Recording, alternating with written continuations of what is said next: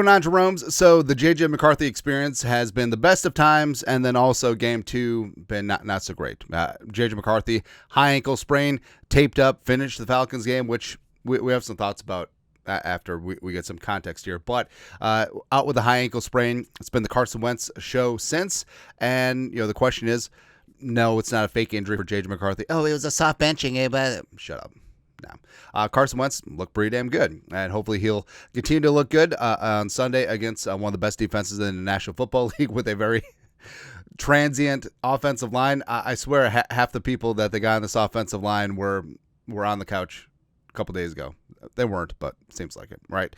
Enter Diana Russini. So I know we get guff sometimes about talking about The Athletic and Diana Russini, but we've said this a bunch of times. We need to have a record, a hard copy of when the national media jabroni haircuts are just absolutely off the rockers, just completely in the pocket of agents and or just completely just lying. All right, there needs to be a documentation and record of it, because you see, whether it's sports, whether it's everything else, there's just convenient scrubbing of the narratives that seems to go away, right? But Russini of The Athletic, which all off season, The Athletic, single source, single outlet, not ESPN, not NFL Network, not CBS, not Fox. We're continuing to trying to shove Aaron Rodgers down the throats of Vikings fans. Aaron, Vikings fanboys need to come to grips that Aaron Rodgers is going to be their quarterback. Fanboys, John Krasinski, stop it right about basketball. The reporting's really good when you need to have the really respected NBA guy to chime in on NFL reporting. Oh, by the way, first off, Kevin O'Connell would not dial up a quick game for Aaron Rodgers, and this offensive line would basically, he would be deceased. He would cease to be. He would be in a cave smoking crack right now if he signed with the Vikings with this offensive line, right? And he would just torpedo this team. So it is what it is. And Russini, so by trying to build up Aaron Rodgers all off season, she was just ripping the hell out of JJ McCarthy, right? And that will not stand, right? Because he is our future franchise quarterback. Win, lose, or draw, he's going to be the guy. And this is something that, people just need to work on in general, but definitely the media. You can talk up someone else without ripping down someone else, the other person, right? But she's had a lock, stock vendetta against JJ McCarthy all off season. Basically, The Athletic has as well. Like, Al Klu's been fine, but most of the national coverage has been very bad. And it continued, of course. By the way, this reads like a rumor column, like a gossip column. I talk about, A.J. Brown and Devontae Smith aren't happy. Mac Jones found a dead body. Just what I'm hearing on A.J. Brown's future, blah, blah, blah. JJ McCarthy status, yeah. All right, so it starts off fine. Vikings staying patient with JJ McCarthy. Quarterback Carson Wentz will start again for the Vikings on Sunday in London against the Cleveland Browns, with JJ McCarthy still sidelined by a high ankle sprain. The medical staff projected a 4 to 6 week recovery, and coach Kevin O'Connell has been clear that McCarthy won't play until he's had a full week of practice. Talk about practice. To this point, he hasn't returned in any capacity, not even on a limited basis. Now, it was pretty clear so Kevin O'Connell does lie a lot, except he says it so nicely that you kind of give him a pass. But I actually believed him on this one, where Kevin O'Connell talked earlier in the week that they like to get JJ McCarthy out there in some limited official capacity towards the end of the week. Kevin Seifert, ESPN, who's not Carl Schmidt.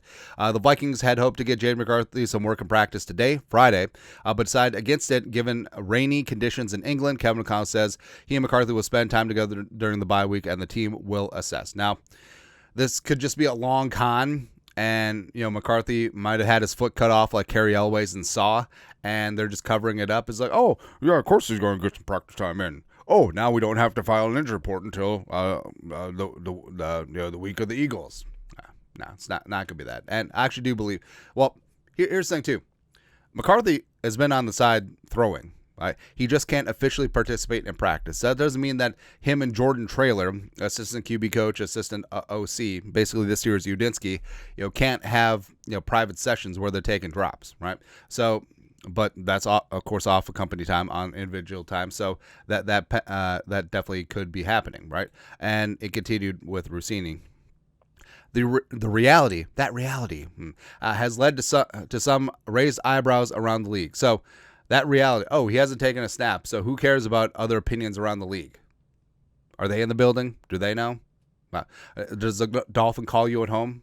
A few have wondered whether Minnesota might be hiding behind McCarthy's injury to buy more time after the first-year star struggled in week 2 against the Falcons. Oh, struggled in week 2. Oh, me so sorry that he got sacked 9 times in 2 games. Me so sorry that the Vikings have allowed 18 sacks, the highest in the National Football League. Oh, and me so sorry that this actually happened. Oh, the fourth quarter. Oh, he's got 7 bad quarters. He's got 1 really good one. Not a lot of quarterbacks can say that. Not saying, I'm just saying. Oh, but yeah. Again, this is what's tough, because journalism nowadays, if you want to interject your own stupid opinion things, be like, oh, people have been saying, sources have been saying, around the league have been saying. Yeah. But O'Connell's track record suggests otherwise. Since arriving in Minnesota, he's been transparent. Come on. Steady and consistent when it comes to injury updates. He's got some routine soreness. Get the hell out of here. Never the type to play. So full disclosure. A lot of the times when we do these videos, I don't read the excerpts beforehand because I want to react in real time. And I've compared this channel to, hey, it's like reading the sports page with your buddy at the bar. I don't know. Do they still make newspapers anymore? Never the type to play games for a competitive advantage. Okay. Which is why questions about McCarthy's status cut against the equity O'Connell has built. He's taken the Vikings to the playoffs, developed quarterbacks, and showed leadership that's earned him credibility. For now, his focus is on capping a 2-week European trip with a win over the Browns, and O'Connell has earned the benefit of the doubt that when McCarthy is ready, when he's had a full week of practice, and when he's healthy, he'll be the starter. I've been told by multiple sources that McCarthy isn't healthy, and while target return has been week 7 against the Eagles, it could still be longer. I'm told nothing to see here. All right, see multiple sources. So who would these sources be? If they're within the team, we need to smoke them out and they need to be fired. Because honestly, why would leaking information, also if it's an agent too, so if a player talks to his agent and then the agent horse trades that information to Russini so that they can get benefits later on, fire the agent. Cut the player. Do that too. Because what benefit would it be towards the team or anyone in this building to leak Diana Russini information about the starting quarterback's injury? No, for real. For real. So if it's a player, cut him. If it's a coach, if it's a staffer, if it's anyone inside that building, get rid of them. Honestly. Also, again, this always comes down to single reporting. Where is this from Seifert? Where is this from Gessling? Where is this from Pelissero? Where is this from Florio? Where is this from anybody else? Just flat out saying JJ McCarthy isn't healthy. Okay. It just seems like it's personal opinion added up with, oh, well, he didn't practice this week, so he must not be healthy. And of course, there will be smoldering speculation because bye week there's no injury report, so basically we won't have anything concrete until 2 Wednesdays from now. If JJ McCarthy is going to be practicing ahead of Eagles week, so this is just going to hang out there like just like a grooved pitch. This is going to be Chan Ho Park to Cal Ripken in that All-Star game. It's okay. I've been told by multiple sources that McCarthy isn't healthy. Who are the sources? Again, Quay Bona, who benefits? Is it McCarthy's agent? Obviously not. Is it rival agents? Possibly.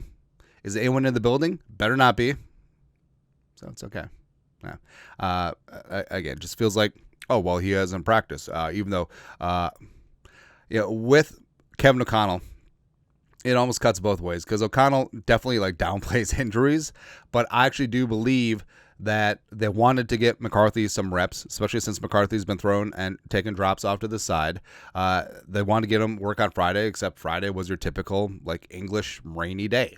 Right? And you don't want to put him out there on unsure footing on a practice field that you've had 3 days of practice on. So fully understand that logic. Now, we'll see what happens over the bye week, because I'm sure that there will be reports and drips and drabs coming out about McCarthy taking drops and stuff. And high ankle sprains can be legit. Also, going back to the ankle, so there's a couple of things at play here. Number one, say Russini is right. I mean, a broken clock is right twice a day. Blind squirrel finds a nut, sure. And say that McCarthy's ankle is really foobarred, really effed up. Like the worst grade of a high ankle sprain outside of just having your leg snapped off. Why on earth did the coaching and medical staff put him back in the game and potentially make that worse in the fourth quarter? And even if it's a spot where he couldn't technically make the high ankle sprain worse, taped it up, adrenaline, all that stuff, maybe the game was shot of, and it missed Dr. Feelgood. What about all those other issues that come along with no mobility and an offensive line that are letting free rushers hit him time after time? Yeah, what about internal injuries? What about concussion? What about all those other risks? So it would be not just coaching malpractice, but borderline criminal negligence to put him out there if he couldn't move around and protect himself. All right. Also, at the end of the day, JJ McCarthy's a tough dude, man. All right, so the fact that he still tried out. By the way, this was still a game in the fourth quarter. Defense got a big-time stop. JJ McCarthy had the ball. Some more fourth-quarter magic. 2 weeks in a row for Mike Yo. And then all of a sudden, Brian O'Neill was just like, I'm not going to block anybody in this play. And then the strip sack happened. Right? And the Falcons are so ass, man. Come on. It's like Cosmo Kramer when he got those Vandy license plates. The ass man. Come on. Anyways. I don't know, man. We'll see how it plays out. But, of course, like I said, this entire column just read like a gossip column. Just like, oh, have you heard? A.J. Brown's mad. Mac Jones found a dead body. I don't know. But, again, the personal vendetta against J.J. McCarthy to try and prop up Aaron Rodgers over the offseason continues. And it's just so weird. It's weird. It's personal. And I just don't understand it. I don't get it, man. But again, remember, single reporter, only one. Where's Pelissero with these updates? Where's all the other insiders? Where's Garofalo? Huh? Okay. Anyways, your thoughts are thoughts. Russini at it again. Let us know. Comment section. You guys are the best to do. Skull production value.